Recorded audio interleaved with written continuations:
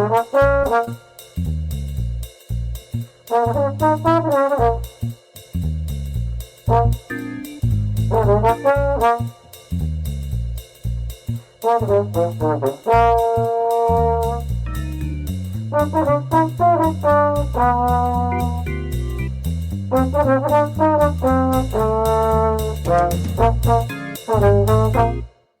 Chicago Bears, who came with the dumbest game plan in the history of football. I always forgot I did that. I forgot I put that clip. Hello and welcome to... Hey, we like your pod.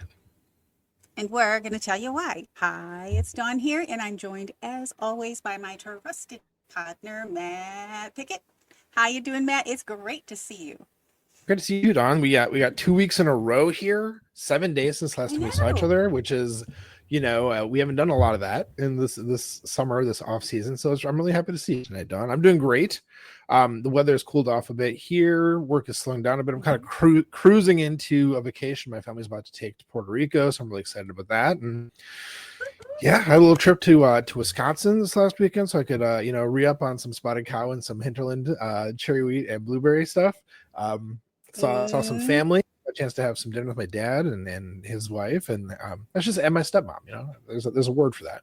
And just to show the kids around Madison a bit. Did the farmers market on Saturday morning, which was one of my favorite things about my childhood. Thinking back on that, yes, oh man, it's so great. And Maxwell Street Days was happening on State Street, so bargains and people watching and stuff. So we had a really good time. It was really nice. Nice. How you doing, Don? And was it smoky? Was it smoky or had it cleared No, out it had cleared the day before. It had been, so we got lucky with the timing. It had pretty much cleared out by then. Oh, good. I was wondering how you were going to deal with that. Yeah, I'm doing great. I'm starting to get a little bit more normalized after all the 6,000 medical things I've had in the last year. And yeah, it's exciting to come on 2 weeks in a row, getting in that shape for the season coming up after your vacation. We'll be weekly again. Going bi-weekly really wasn't ever our plan. I can always find things to talk about, believe me. But but yeah, so thanks for everybody and Matt for your patience with all my medical stuff. It's been a lot, and I'm starting to feel a little more like myself.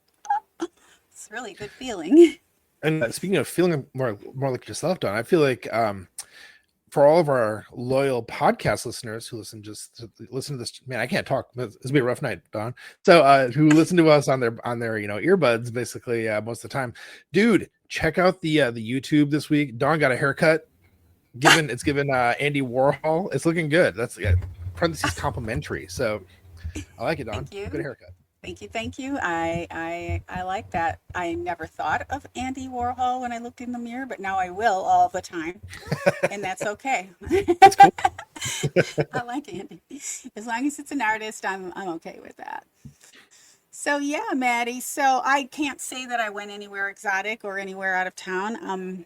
Let's see. My big excitement is I'm painting a large piece of furniture. It's a very large entryway for your table chest type of thing. I forgot what you call it. Not an armoire, but whatever. I forgot the word. But it's a pretty substantial. A banquet, a buffet. Is it one of those things? It's not quite a banquet, but almost that big. But it's more modern looking, and it was really pretty dark wood. It had some marquetry and whatnot, but it got chipped a few times, and it's outside, but it's indoor outdoor. It's completely covered, right? So it doesn't get the elements or anything like that. And of course here the weather is, it doesn't get rained on or anything. It's always beautiful. It's always perfect outside. Well, yeah, I mean, it's not like ever gonna. Anyway, so the most damage it's gotten over the last few years is just me, like squirting my plants and getting water on it and stuff. And so it kind of was starting to look a little, and I'm like, well, I don't want to put any money into this thing. Sure. And I don't want to refinish it. That's not my forte at all. But I can paint it because I'm an artist. So I got the primer on it today, and I was like, so proud of myself for getting something done because I haven't been able to do hardly anything for a couple of years. And it's primered, and tomorrow I'm going to put the regular coat on it. And yeah, so that was my big accomplishment for today. I felt good. I felt Not good bad. about my accomplishment. Yeah. And I've got some other ideas of things I want to do. Do you remember? You remember when I got my kitten, right? When she was a kitten? It was like right when we started our podcast. And then I built her a catio, right? I built that thing and everyone's so impressed with that catio, but it needs to, like every few years, you need to like tune things up a little, change the screens, it's that kind of thing. And so my next big project is going to be to take the catio in, well, into the outside. It has to go through my apartment to go to the outside. And just kind of tune that up. That'll be kind of a big job too. So I'm kind of excited about getting that redone. And I got some new wood and the other thing I did, oh my gosh. So I can maybe ever travel again, since I feel like I might be able to travel again, I want to install a drip system for my urban garden. Okay. But it's a little tricky because it's not like an outdoor drip system off of a hose line or off of a spigot, thing. I have to do it off of my kitchen faucet. So, and I'm going to do it in a way that I'm not going to put it on a timer because I'm not comfortable leaving an apartment with the water on. Sure. Because something could blow. Okay. Yeah. So it's got to be one where just my friend will come over and just turn it on for a half hour a day type thing. But anyway, Matt, OMG, getting the right fittings to go from the kitchen faucet to the regulator, because you've got to regulate it can't be full force water. It's got to, step down, and then you need another attachment for that. And then you put the drip line in. I went back and forth with returns and purchases and return. I'm sorry. I know you don't like ChatGPT, but thanks to ChatGPT for getting me through this drip system, because I could never have done it without ChatGPT. Because I had to look up all this stuff. I don't know, but No. It was way too complicated and intricate, and I can't yell at Google the way I can with ChatGPT. Because when I get really mad, I'm like, you just told me it was 3/4 of an inch. Anyway, so I got to yell at ChatGPT when the part was wrong, and it was like very liberating. Anyway, I have my Don, I need to tell you, I'm worried. I'm worried when you tell me about yelling at ChatGPT, because I think you'll be the first on the block when the robots take over. I don't know. I think be friendly to it, please. I don't want to. I'm very friendly. I'm very friendly, but when they lead me astray, I let them know. I'm very good at that's not what I asked you. Look at my question. Look back at my question and tell me what I just asked you. But that's just because now that I have a little bit of energy and a little bit of time to do things, I'm like, want to do 6,000 things, and so I'm all pressurized. Sure. Yeah. So I'm taking it out on the chat. But no, I don't use ChatGPT for anything else. I mean, you can go on YouTube for some of this stuff, but if you have a question, a lot of times the videos you're looking at, the person isn't active anymore. It's a great video, but it's like there were just too many things that were very specific that I couldn't do it any other way. I mean, in the end, but it's a learning process. If you're going to use ChatGPT, it doesn't affect the quality of my life directly. So, it's like, you know what? If that works for you, Don, all good. Yeah, sometimes you just have to use the ChatGPT. I still use Google and stuff, but this whole process of this drip line was quite a process. That's all. Yeah, so that's my big news.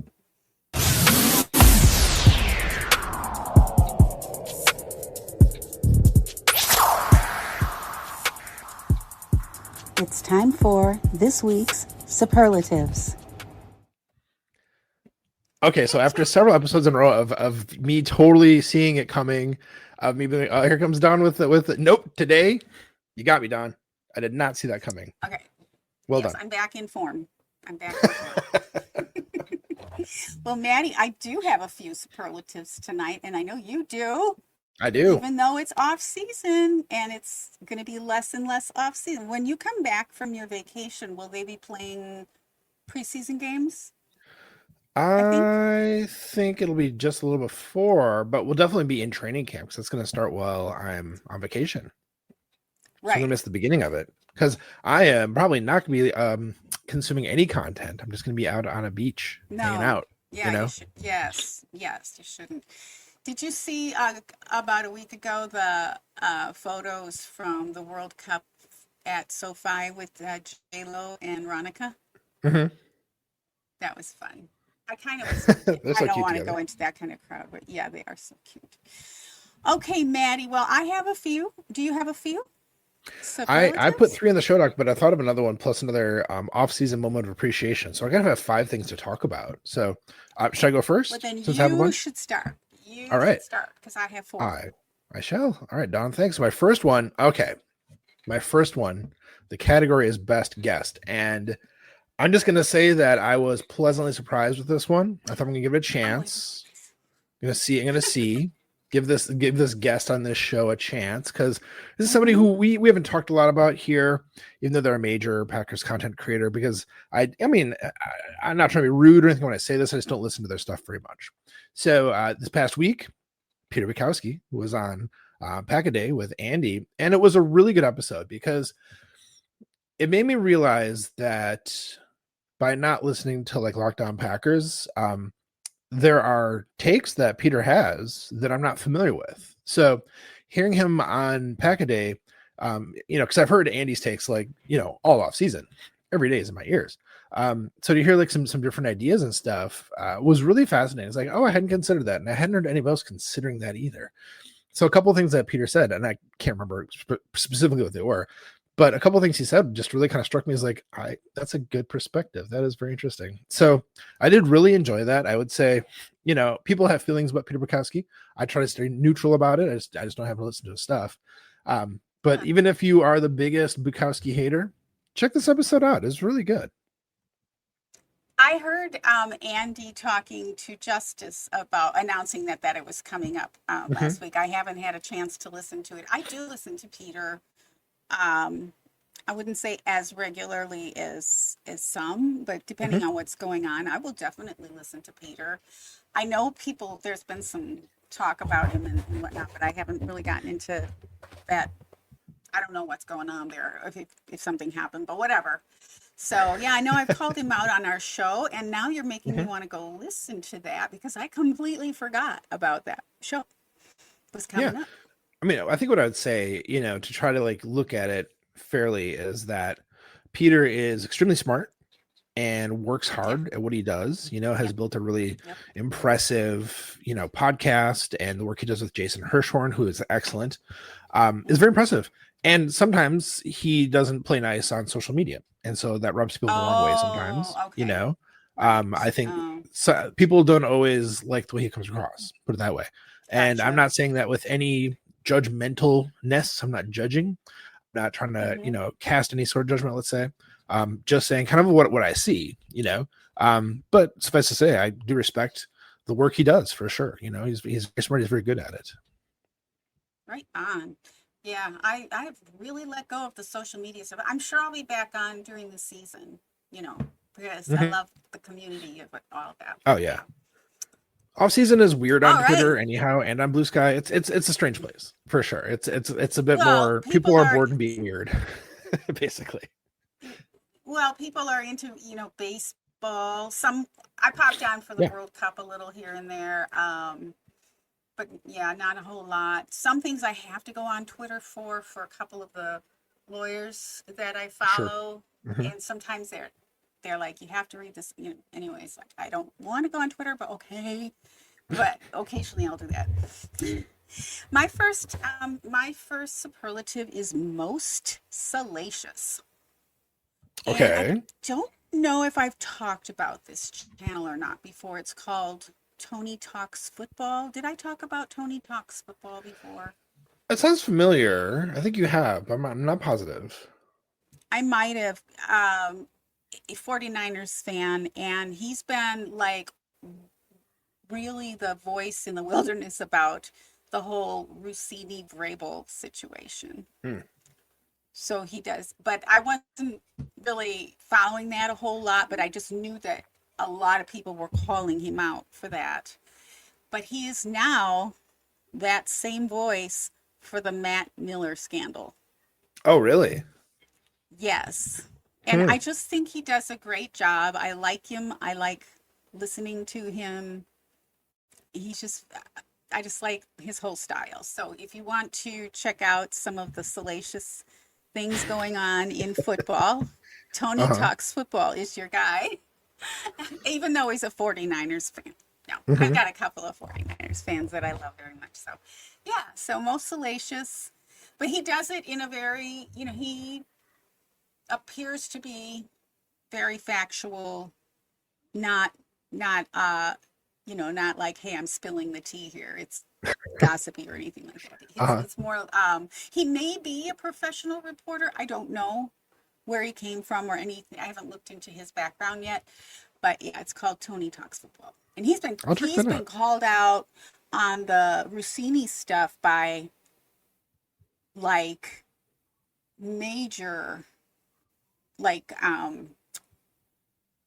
national, I'm trying to think of one, like PFT Florio, for example, has called him out. He doesn't call out a lot of content creators that are yeah. So that's why I was like, Interesting. I'll check it out. But he's been called out by other content creators as well. His name kept coming up, so that's why I checked him out. I see. And all right. What do we have next, Maddie? Next one, best ball knowing. All right, so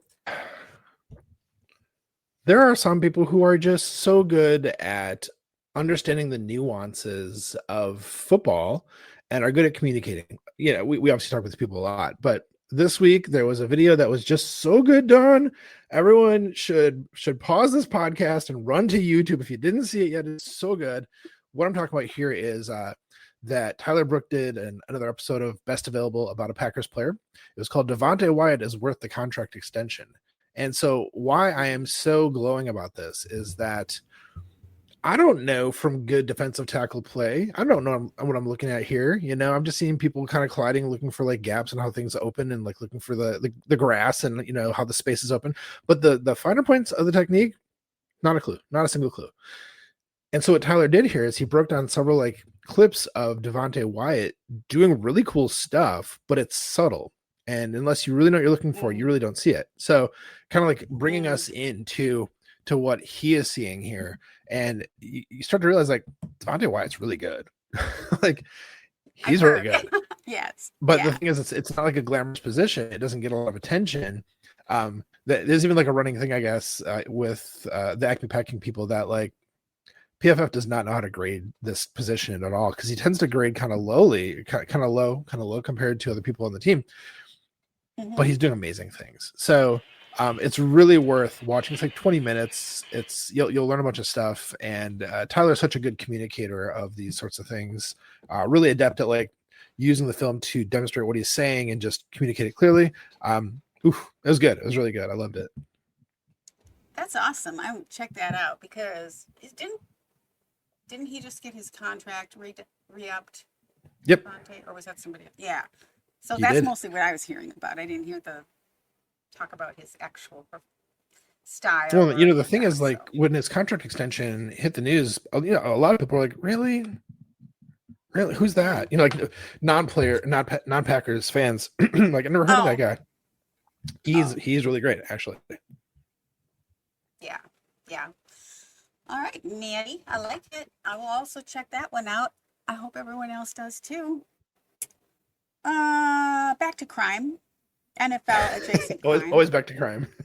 It just keeps popping up, so here we go. Super Bowl winner. This is a biggie. Super Bowl winner.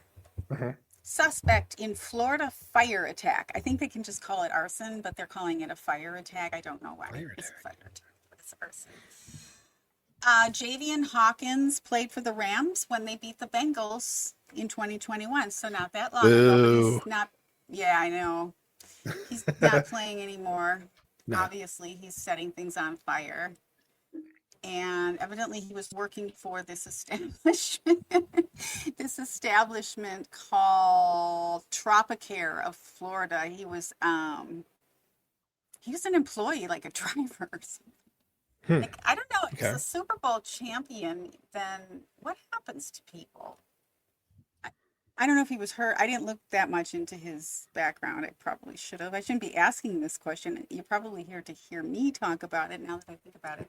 But yeah, just another one of those crimes coming up Mhm. on my radar. Super Bowl winner, which just is kind of shocking. You could see, ex-player, ex-NFL player, but you would think, I don't know, for me, maybe somebody goes to the Super Bowl, they kind of have a pretty decent path for their future, even if they can't play football. A lot of times they can do something in the sport. So it's really sad to see that. Really sad. Yeah, it is. I mean, there's a funny comment here. I maybe shouldn't make light of it here, but a name I'm not familiar with, Uberflecka, welcome, says, excuse me, God forbid a retired player have a hobby. Setting stuff on fire, maybe not the best hobby, but yeah, that's true because we tend to think of the football players as being like, set for life and they're stars, but the money only lasts for so long. And if you weren't somebody who had as big a paycheck, and you're on your first contract, you're making your second contract, it's like you need to go have a life doing something, hopefully not setting things on fire, but Hopefully not. yeah, what becomes of the Yeah. bottom of the roster players? Sad to hear it. Sad to hear it. It is. And like I said last week, I'm not like picking on NFL players or anything. It just it comes up because they have a name in their community usually, and so they're going to have more headlines. But NFL players are not more crimey than anybody else statistically. That's right. As you cited last week, the study that said they were not crimier. Exactly. They were not crimier at all. What else All right, do Don. you have, Maddie? My next one, best tweet. So Okay. this is going out to my guy, Twilly Allen. And Twilly. you know how Aaron Rodgers was visited his family. And there's pictures all over Instagram and all over social media. Do you see this stuff, Don? I did not see it. Somebody mentioned it. That's all, which made me happy. Okay. Yay! It's about time. It's pictures of him with his mom and with his dad and with his brother. Mm-hmm. Of course, famously, Aaron Rodgers has been like separated from his family, and people like, well, Right. talk mess about Aaron Rodgers like he's a bad person for that. I mean, sometimes families don't get along. It's kind of a sad thing, but to see these photos of him hanging out with them, it's pretty cool. It's like, oh, that's nice. Especially as somebody who just saw my own mom and my own dad this last weekend, it's like, yeah, that's good stuff. Well, anyhow, so Twilly Allen, Thomas William Allen, he quoted like the pictures of that and said, Aaron Rodgers talked to his family before the Bears had a 4,000-yard passer. Oh, perfect. No notes.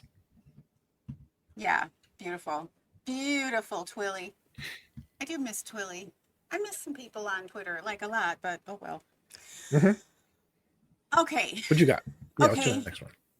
Most yellow canary. Okay. What? Okay. Let's go with it. I was just grasping for what to call this one.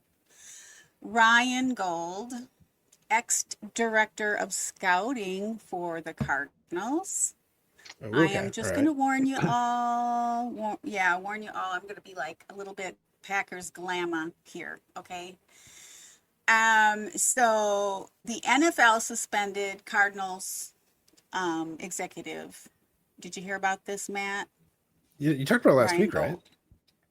right? Mm-mm. No? It happened I must this be week. confusing this one. Okay. I know, right. it was somebody else. No, I probably talked about Matt Miller last week. So NFL suspended Arizona Cardinals director of college scouting, so it's a pretty high up person, indefinitely for violating, guess what? The league's gambling policy. Oh, which this gets my goat. Applies to players, coaches, scouts, executive, all club employees, all league employees, okay, across the board. You can't do sports gambling. So it prohibits NFL personnel from participating in sports gambling, facilitating gambling, or providing non-public information that could create an unfair advantage, which is the latter is what they're accusing him of. So according to NFL's investigation, Gold participated in sports betting and provided confidential, non-public information about the Cardinals' 2026 draft selections before those picks were announced. Oh no. Because Oh everybody no. bets on everything. Yeah. Yes. Now, Gold is appealing the suspension. His attorney said the gambling activity, I think this is hilarious, the gambling activity was actually his wife's. And that, he blamed his wife. And that Gold did not know the Cardinals' final draft selections well enough to share them. He was the director of scouting. Yeah, I think he knows. Okay. I just think it's laughable. Obviously, if that's true, dude, what are you doing as director of scouting for the Cardinals? Okay. Obviously, nobody knows until you're in the war room that night and things change. But he certainly knew and had enough intel to direct people, to tip people so that they could, yeah. Okay, so Gold's role as director of college scouting is exactly why he had access to the draft information. Having that access was part of his job. The question is not whether he's allowed to know the information. The question is whether he disclosed the information that could give someone an unfair advantage in betting. So he was suspended by the NFL, but not fired by the Cardinals. I guess that's the way things work. Because if the Cardinals were to fire him before the investigation was over, then he could sue them. Like wrongful termination. Right. Yeah, so there's a lot of that goes on. It's always a little confusing. People I don't always think about that. So, but for me, this is my grandma spiel, okay? So my concern about gambling in sports is also what we're normalizing, particularly for younger fans. And sports broadcasts and podcasts are filled with gambling advertisements, betting lines, promotions encouraging fans to place wagers, sometimes framing it as free or harmless or dead cheap, even as a way to make watching a game more exciting. They really are showing that in the videos. In the advertisements, in the imaging. So, but gambling isn't harmless for everyone. And research shows that young people exposed to gambling are at a greater risk of developing gambling problems later in life. Mm-hmm. And that younger brains obviously are still developing in judgment skills, impulse control, and decision-making skills needed to fully understand long-term consequences of what they're doing. So I feel that when gambling, which it has, becomes such a central part of the sports experience, we're risking changing how the next generation learns to engage with the games we love. Mm-hmm. So yeah, it's concerning to me. And I think I talked about this on a different episode, but again, these consequences can include overwhelming financial stress, damaged credit, usually for life, often bankruptcy, job loss, problems with relationships because of the ability to fess up to what's going on, hiding debt from family and friends, and really wrecking the fun of the game, of watching the game in the end. So, but the other problem is gambling addiction is also connected to serious mental health struggles, including anxiety and depression. And research has found a direct connection between severe gambling problems, and not always severe.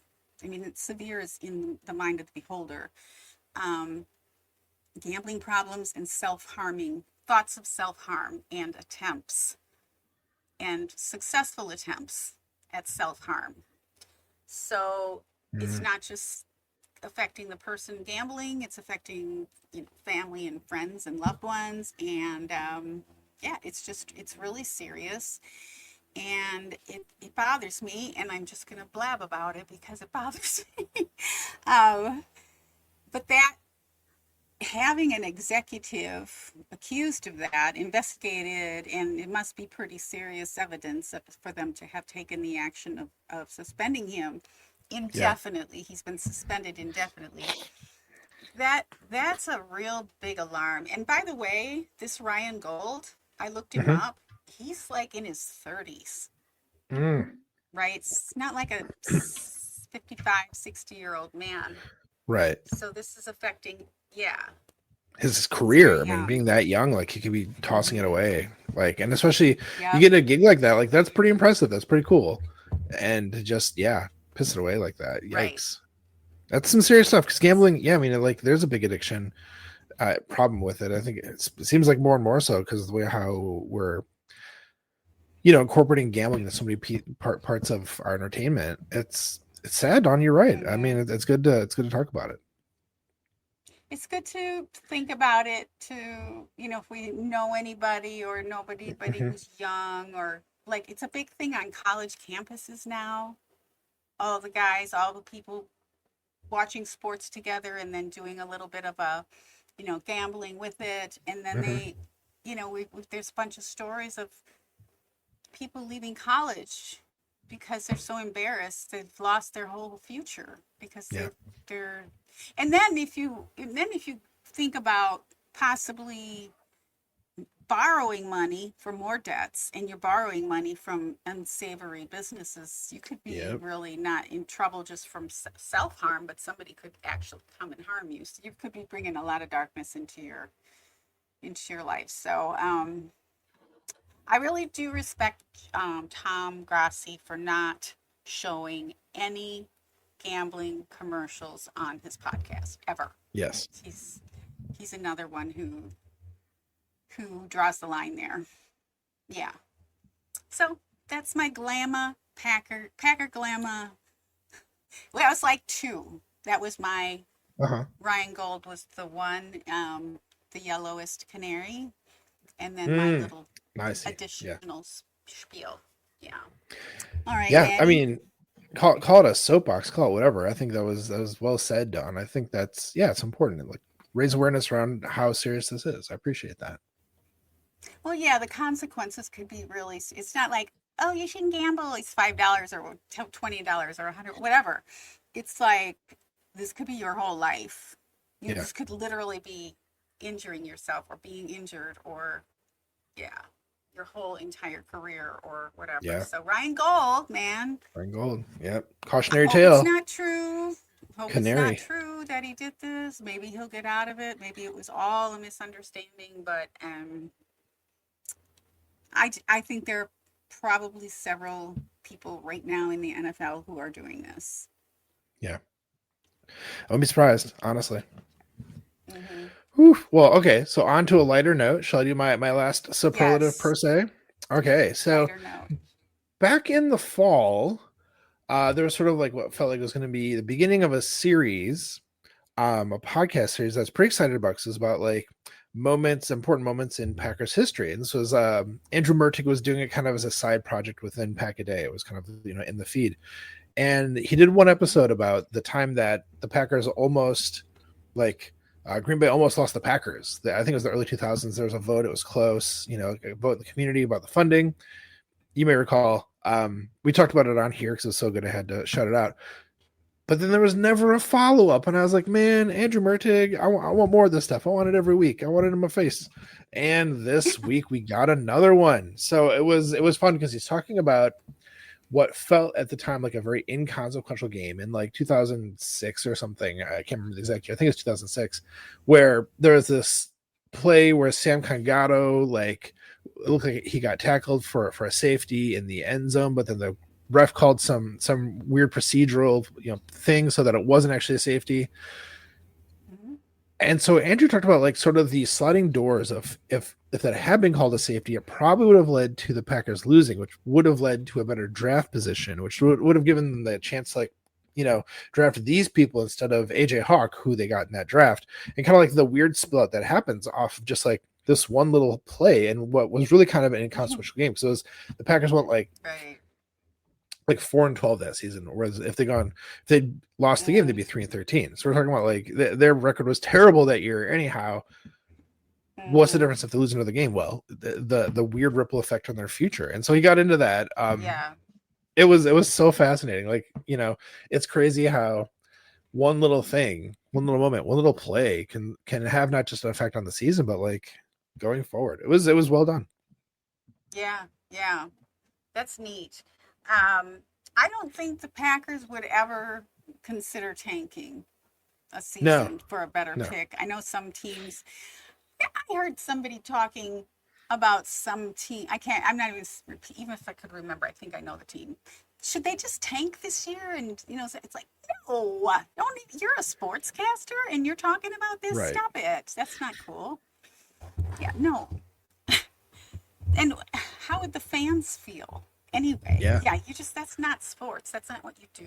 That's not what you do. Well, I think it's probably fair to say that the vast majority of people who get to the professional level, in any sort of sport, they're probably hardcore competitors, and they're not going to just be like, oh yeah, let's all get together and tank the season. Like, I don't think that's going to happen. They're still going to fight, even if their team isn't good, isn't winning. Right. Yeah, I don't think it's a thing. Yeah. It's not. It's not for the Green Bay, that's for sure. Well, Manny, those are some nice superlatives. I enjoyed doing that with you.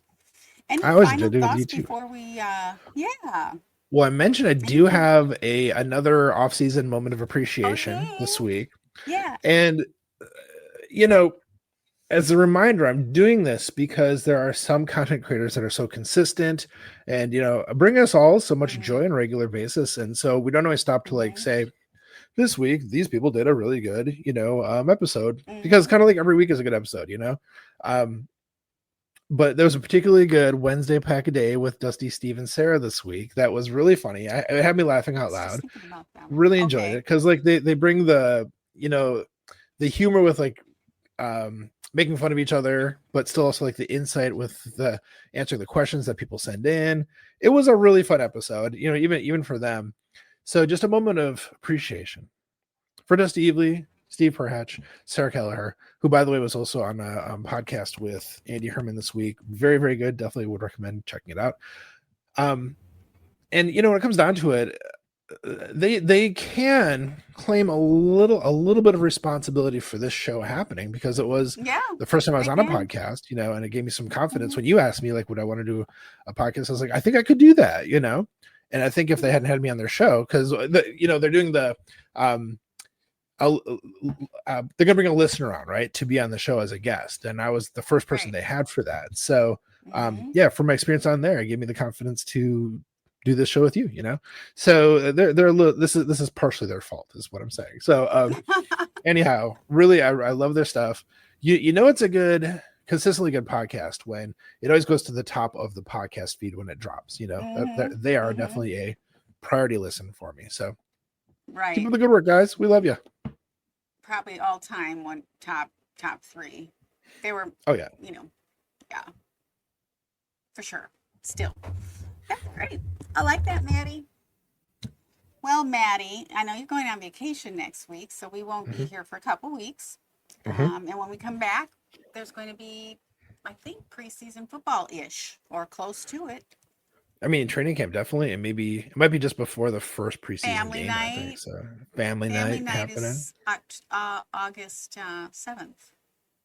Oh, yeah. So that's going to be before we record again. Actually, that's crazy. Right. So we'll be back on the Thursday after family night. So the week before preseason, because there's family night and then they have like a week off, right? Don't they? Or do they go straight in? No, it's family night and then the first preseason game is the 14th, I believe. I think 14th, 21st, 28th, and then they take a week off and then it's October. Then it's September. But yes. Sorry, September. I missed a month. Don't miss September. There's some good games in September. Yes. But yes, no, not to diminish what you're saying, which is that we're almost there. It's coming. We can taste it. Taste the preseason. I'll take that. Yes, so happily. So our 3-part series, How to Cope with the Off Season, is officially over now. That's right. We did a series, Dawn. We did a series. Did you know? I did know. I noticed it, of Okay. course, but Okay. we hadn't actually I think trumpeted about it. But yeah, folks, good to see you. Just the thumbnail. All right, Maddie. Well, that's been great. It's been nice to see you all in the chat. Love the laughs from the chat. 1, 2, 3, Cancun. And what's this? True North. It was nice of Matt's parents to visit him in prison. Hope Mom bought a cake. We're missing Joe tonight. Has anyone heard from Joe? I hope he didn't eat any of that lettuce. Jeez. Yeah, me too. He was talking about that last week. Yeah. That's right. Yeah, hopefully Joe's okay. I'll have to reach out to make sure he's all right. Well, and yeah, Dawn, should I bring her home? Let's bring her home. All right, well, friends, we'd love to have a chance to interview you and shout you out if you're a subscriber and a football fan. If you'd like to nominate someone to be a guest on our podcast, please let us know. Our DMs are open on all the social platforms. And folks, when you subscribe to our podcast, you help us to keep spreading the love in our community. And the best way to help this podcast grow is by sharing it with your friends and family. Yes, Maddie, that's right, because we love you. We're so glad to know you, to be fans of you, and have the luxury of being fans of the most storied team in the NFL. Mm-hmm. We appreciate your support, your subscriptions, and sharing our pod, and we look forward to seeing you in 3 weeks on... Hey, we like your pod.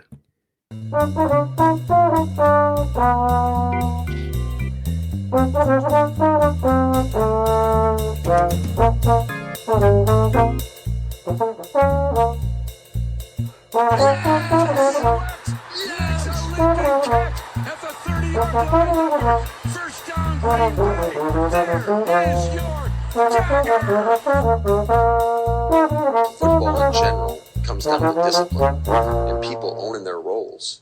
And when you aren't disciplined or you go outside the scheme, bad stuff happens.